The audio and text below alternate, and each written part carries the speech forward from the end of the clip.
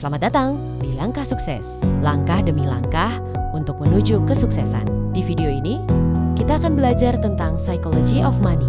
Siapkan catatan, mari kita upgrade diri bersama-sama. Dan mari kita mulai. Selamat datang di pembahasan kita kali ini. Langsung saja ya, kita mulai. Coba deh Anda pikirkan, apa sih yang sebenarnya menentukan kesuksesan finansial seseorang? Apa karena dia super cerdas? Atau gelarnya mentereng dari universitas ternama? Ternyata nih, sumber-sumber yang Anda bagikan ringkasan dari buku fenomenal The Psychology of Money punya jawaban yang sama sekali pindah, jauh lebih personal, dan jujur aja cukup mengejutkan. Iya kan? Iya kan? Jadi misi kita hari ini tuh mau membongkar satu ide yang cukup radikal. Hubungan kita dengan uang itu ternyata lebih banyak soal psikologi. Soal emosi, ego, cara kita berperilaku. Bukan soal rumus-rumus rumit di buku teks. Kita akan coba ngerti kenapa orang super pintar bisa bangkrut total. Sementara orang yang kelihatannya biasa-biasa aja, malah bisa jadi sangat kaya. Mari kita bareng-bareng. Nah, itu dia poin kuncinya. Anda membuka dengan sangat tepat. Inti dari semua materi ini tuh sebuah pergeseran cara pandang. Mengelola uang itu, dia bukan ilmu pasti kayak fisika, yang ada hukum dan rumus absolutnya. Oke. Ini lebih mirip apa ya? Soft skill. Kayak komunikasi atau kepemimpinan gitu. Jadi ini bukan tentang apa yang Anda tahu, tapi bagaimana Anda berperilaku. Dan yang paling menarik, perilaku kita ini seringkali dibentuk oleh pengalaman masa lalu yang bahkan nggak kita sadari pengaruhnya. Nah, untuk membuktikan poin itu, sumber ini langsung membuka dengan dua cerita yang kontras banget. Mungkin Anda bisa ceritain dulu soal yang pertama, tentang seorang petugas kebersihan bernama Ronald Read. Tentu. Kisah Ronald Read ini bisa dibilang fondasi dari seluruh buku ini. Bayangin deh, dia ini seorang petugas kebersihan. Petugas kebersihan ya? Iya, dan penjaga pom bensin dari desa kecil. Dia orang pertama di keluarganya yang lulus SMA. Hidupnya itu sangat-sangat sederhana. Orang di sekitarnya ya nggak ada yang anggap dia istimewa. Tapi, dia punya satu kebiasaan. Dari gajinya yang kecil itu, dia selalu sisihkan sedikit uang buat ditabung dan diinvestasikan di saham blue chip. Sebentar, saham blue chip itu apa ya? Mungkin buat pendengar kita yang belum terlalu familiar? Bagus Anda bertanya. Sederhananya ya, saham blue chip itu saham dari perusahaan-perusahaan yang sangat besar, sudah mapan, dan reputasi finansialnya kuat. Oke. Raksasa-raksasa industri gitu ya? Betul. Nah, si Ronald Read ini beli saham-saham itu. Terus dia melakukan hal yang paling sulit dalam investasi. Menunggu. Dia sabar puluhan tahun. Sampai akhirnya, pas dia meninggal di usia 92 tahun, barulah rahasianya kebongkar. Dan rahasianya adalah? Dia meninggalkan harta warisan lebih dari 8 juta dolar. Wow! Semua orang yang kenal dia itu syok. Kok bisa? Petugas kebersihan ini ternyata seorang multijutawan. Dan sebagian besar uangnya dia sumbangkan ke rumah sakit dan perpustakaan lokal. Jadi filantropis ya akhirnya? Jadi filantropis. Rahasianya bukan kecerdasan, tapi kesabaran. Konsistensi. 8 juta dolar, gila. Kisah ini aja udah mencengangkan. Tapi sekarang, mari kita bandingkan dengan cerita kebalikannya yang juga ada di sumber ini. Ada eksekutif namanya Richard Fuscone. Nah, ini. Latar belakangnya pasti beda jauh ya? 180 derajat berbeda. Richard Fuscone ini ibaratnya poster anak untuk kesuksesan finansial. Lulusan Harvard, punya gelar MBA, karirnya meroket di Merrill Lynch.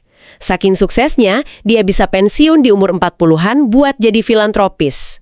Dia punya semua deh. Pengetahuan, pengalaman, koneksi, semua yang Anda pikir perlu buat jadi kaya selamanya. Tapi pasti ada tapinya kan? Di mana letak salahnya dia? letak salahnya, yaitu tadi, di perilaku. Fuscone, dengan semua kelebihannya, membangun sebuah rumah super mewah. Luasnya hampir 2.000 meter persegi. Waduh. Lengkap dengan 11 kamar mandi, 2 lift, 2 kolam renang, dan untuk mendanai semua ini, dia ngutang. Utangnya besar sekali. Terus krisis keuangan global 2008 datang menghantam. Oke. Asetnya anjlok, utangnya yang segunung jadi nggak terkendali, dan karena hartanya nggak liquid, dia bangkrut. Rumah impiannya disita dan dijual murah di pelelangan. Ini gila sekali kontrasnya. Satu orang tanpa pendidikan formal jadi filantropis jutaan dolar, Satunya lagi dengan pendidikan terbaik di dunia malah kehilangan semuanya. Tepat. Dua cerita ini benar-benar langsung ke inti pembahasan kita ya. Betul sekali. Di dunia lain kan mustahil seorang petugas kebersihan bisa operasi jantung lebih baik dari dokter lulusan Harvard. Tapi di dunia keuangan hal kayak gini bisa terjadi. Ini bukti paling nyata kalau kesuksesan finansial itu lebih ditentukan oleh kerendahan hati dan kesabaran daripada pengetahuan teknis. Pengetahuan Fuscone itu nggak ada artinya pas keserakahannya mengambil alih. Kisah Fuscone ini bikin saya mikir, gampang banget kan kita lihat keputusan finansial orang lain, terus langsung ngejudge. Itu gila, kok bisa sih dia beli barang semahal itu? Tapi salah satu ide paling kuat di sumber ini adalah sebuah kalimat sederhana, tak seorang pun gila. Maksudnya apa ya itu? Nah, ini ide yang mencerahkan banget. Maksudnya adalah, setiap keputusan finansial yang dibuat seseorang, seaneh apapun kelihatannya buat kita, itu terasa masuk akal bagi orang yang membuatnya pada saat itu. Dunia, tapi bisa jadi 80% dari cara kita mikir soal gimana dunia bekerja. Bisa kasih contoh yang lebih konkret nggak dari sumbernya? Tentu, bayangkan seseorang yang tumbuh di tengah kemiskinan. Buat mereka, konsep risiko dan nabung itu bakal beda banget sama anak seorang bankir kaya raya. Oke, masuk akal. Atau, orang yang tumbuh di zaman inflasi gila-gilaan, mereka pasti akan lihat uang tunai dan obligasi dengan penuh curiga. Beda sama orang yang tumbuhnya di era ekonomi stabil, yang mungkin lihat itu sebagai aset aman. Nggak ada yang benar atau salah secara absolut. Jadi ini bukan cuma soal latar belakang ekonomi ya, tapi juga era di mana kita dibesarkan. Persis, sumbernya mengutip kisah John F. Kennedy. Waktu kampanye jadi presiden, ada yang tanya soal pengalamannya tentang depresi besar. JFK jawab jujur, saya nggak punya pengalaman langsung tentang depresi. Keluarga saya salah satu yang terkaya di dunia. Saya baru belajar tentang depresi pas baca buku-buku di Harvard. Wow. Pengalaman hidupnya beda banget kan sama generasi yang merasakan langsung penderitaan itu. Ini nunjukin betapa dalamnya jurang pemahaman yang bisa diciptakan oleh pengalaman pribadi. Jadi pelajaran buat kita di sini apa ya? Ini kayak pengingat untuk lebih berempati sama keputusan finansial orang lain, dan mungkin yang lebih penting, untuk memeriksa bias kita sendiri. Anda menyentuh poin yang sangat penting. Perbedaan antara tahu dan merasakan. Anda bisa baca puluhan buku soal pasar saham anjlok, tapi itu nggak akan pernah bisa meniru rasa takutnya saat Anda pulang ke rumah, natap keluarga Anda, dan bertanya-tanya apa keputusan investasi Anda baru saja membahayakan masa depan mereka. Emosi langsung itu ya yang membentuk. Betul. Emosi yang dirasakan secara langsung itulah yang mengukir perilaku kita, bukan teori dari buku. Oke, jadi perilaku kita dibentuk oleh pengalaman. Tapi gimana dengan faktor-faktor yang benar-benar di luar kendali kita? Sumber ini ngebahas peran keberuntungan dan risiko.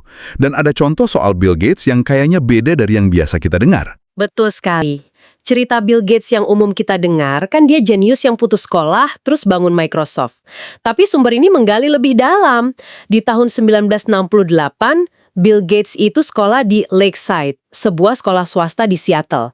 Nah, Lakeside ini adalah satu dari segelintir sekolah di seluruh dunia pada saat itu yang punya akses ke terminal komputer. Tunggu, di seluruh dunia. Jadi itu bukan hal yang umum sama sekali ya? Sama sekali enggak. Itu sebuah kebetulan yang kemungkinannya bisa dibilang 1:1.000.000. Gates sendiri ngaku, kalau nggak ada Lakeside, nggak akan ada Microsoft. Itu keberuntungan yang luar biasa besar ya? Betul, itu yang memberinya ribuan jam pengalaman pemrograman sebelum orang lain seusianya bahkan pernah lihat komputer. Keberuntungan 1:1.000.000. Gila. Tapi katanya kan selalu ada sisi lain dari koin ini. Sisi risikonya. Punya saudara kembar namanya resiko. Di Lakeside, Bill Gates punya sahabat karib namanya Kent Evans. Sumber ini gambarin Kent itu sama cerdasnya, sama ahlinya dengan komputer, dan punya ambisi bisnis yang sama persis kayak Gates. Mereka ini partner sepadan. Saya belum pernah dengar lo nama Kent Evans. Apa yang terjadi sama dia? Tragisnya, sebelum lulus SMA, Kent meninggal dunia. Kecelakaan pas mendaki gunung. Itu adalah risiko 1:1.000.000. Ya ampun. Kekuatan yang sama, dengan probabilitas yang sama kecilnya, bekerja ke arah yang berlawanan. Bill Gates dapat keberuntungan 1:1.000.000, Kent Evans kena risiko 1:1.000.000. Wow. Cerita yang sama, tapi dua nasib yang benar-benar berlawanan. Ini bikin kesuksesan Bill Gates jadi terasa lebih kompleks ya. Nggak sesederhana kerja keras pasti sukses. Dan itulah intinya.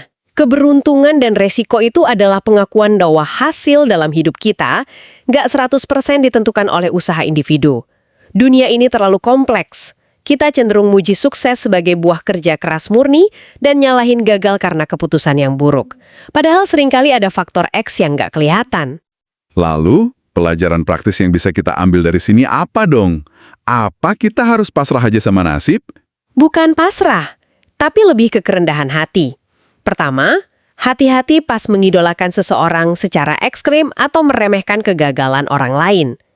Kedua, dan ini yang paling penting, fokuslah pada pola umum yang bisa ditiru, bukan kasus-kasus ekstrim. Mempelajari kebiasaan nabung Ronald Read itu jauh lebih berguna daripada nyoba niru suksesnya Bill Gates. Kenapa gitu? Karena Anda bisa meniru kesabarannya, tapi Anda nggak bisa mereplikasi keberuntungannya yang 1:1.000.000 itu. Ini membawa kita ke pertanyaan yang sangat mendasar. Kalau gitu, untuk apa kita susah payah ngumpulin uang? Kalau sukses ekstrim itu banyak dipengaruhi keberuntungan. Dan jadi kaya raya juga bukan jaminan bahagia, lantas apa tujuannya? Sumber ini punya jawaban yang puitis banget kan? Sangat puitis dan dalam. Ada anekdot indah dari penulis Kurt Vonnegut. Suatu hari dia lagi di pesta mewah yang diadain miliarder manajer hedge fund. Vonnegut bilang ke temennya, Joseph Heller, penulis novel Catch-22, sambil nunjuk si tuan rumah, orang itu dalam satu hari menghasilkan lebih banyak uang daripada yang pernah kamu dapatkan dari novelmu sepanjang sejarah. Wah, itu komentar yang cukup menusuk ya. Apa jawaban Heller? Jawaban Heller itu brilian banget. Dia bilang, iya, tapi aku punya sesuatu yang nggak akan pernah dia miliki. Vonnegut nanya, apa itu? Heller menjawab, rasa cukup. Wow, rasa cukup? Dua kata yang sederhana, tapi dalam banget. Kenapa sih rasa cukup ini begitu penting dan kenapa begitu sulit didapat? Sulit didapat karena ada dua jebakan. Pertama, tiang gawang yang terus bergerak. Pas pendapatan naik, ekspektasi ikut naik. Yang kedua, dan ini yang paling bahaya, perbandingan sosial. Selalu ada orang yang lebih kaya. Ini pertempuran yang nggak bisa dimenangkan. Sumber ini cerita soal Rajat Gupta, mantan CEO McKinsey, yang udah punya kekayaan 100 juta dolar. Tapi dia terobsesi pengen jadi miliarder. Dia mempertaruhkan segalanya, melakukan insider trading, dan akhirnya masuk penjara. Dia sudah punya segalanya, tapi dia buang karena nggak punya rasa cukup. Oke, jadi kalau tujuannya bukan kemewahan tanpa batas dan ngejar orang yang lebih kaya, lalu apa imbalan terbesar yang bisa diberikan oleh uang? Jawabannya satu kata, kemerdekaan. Kemerdekaan. Itulah tujuan tertingginya. Kemampuan untuk bangun setiap pagi dan bilang ke diri sendiri, hari ini aku bisa melakukan apapun yang aku mau. Mengendalikan waktu Anda sendiri itu bentuk kekayaan tertinggi. Apa ada bukti yang mendukung gagasan ini? Ada. Sumber Anda mengutip riset dari psikolog Angus Campbell. Dia menemukan bahwa punya kendali yang kuat atas hidup sendiri adalah prediktor kebahagiaan yang lebih bisa diandalkan daripada tingkat pendapatan, ukuran rumah, atau gengsi pekerjaan. Jadi ini bukan soal punya jam tangan mahal, tapi lebih ke soal punya dana darurat yang cukup supaya kita nggak takut sama atasan kita. Betul. Atau bisa milih pekerjaan dengan gaji lebih rendah, tapi jadwalnya lebih fleksibel. Atau lebih dekat sama keluarga. Itulah kebebasannya ya. Tepat sekali. Itulah kekayaan yang sesungguhnya. Bukan mobil yang Anda kendarai atau rumah yang Anda tinggali. Kekayaan sejati itu adalah aset finansial yang belum Anda belanjakan. Fleksibilitas dan pilihan ya. Itu dia, kemampuan untuk pensiun dini kalau mau, atau ganti karir di tengah jalan, kebebasan untuk bilang tidak pada hal-hal yang nggak ingin Anda lakukan. Oke, mari kita coba rangkum semua wawasan luar biasa ini. Kita udah lihat bahwa mengelola uang ternyata lebih banyak soal psikologi daripada matematika. Iya. Ini bukan tentang punya semua jawaban, tapi tentang memahami bagaimana pengalaman pribadi membentuk cara pandang kita terhadap risiko dan imbalan. Ini juga tentang punya kerendahan hati untuk menghormati peran keberuntungan dan resiko, sadar kalau nggak semua hasil itu dalam kendali penuh kita, dan mungkin yang terpenting, secara sadar mendefinisikan apa arti cukup bagi Anda, supaya nggak terjebak dalam perlombaan tanpa akhir. Jadi, kekayaan sejati itu bukan hal-hal yang kita pamerkan. Bukan mobil mewah, bukan rumah besar. Kekayaan sejati justru hal-hal yang tidak terlihat. Persis. Tabungan yang tidak dibelanjakan yang memberi kita kendali atas waktu, kebebasan untuk mengubah arah hidup, dan ketenangan pikiran untuk menghadapi kejutan-kejutan tak terduga. Tepat. Kekayaan adalah aset finansial yang belum diubah menjadi barang yang bisa dilihat. Itu adalah pilihan-pilihan yang belum Anda ambil, yang memberi Anda otonomi dan kemerdekaan di masa depan. Itulah hadiah terbesarnya. Sebagai penutup, sebuah pemikiran untuk Anda bawa pulang dan renungkan. Sumber ini kan banyak sekali membahas tentang psikologi uang. Coba pikirkan sejenak. Prinsip-prinsip yang sudah kita bahas ini, kerendahan hati, mendefinisikan cukup, memahami bias pribadi, bagaimana jika Anda terapkan prinsip-prinsip ini di area lain dalam hidup Anda, di luar urusan finansial, dalam karir, hubungan, atau bahkan dalam cara Anda belajar? Kira-kira apa ya yang mungkin berubah?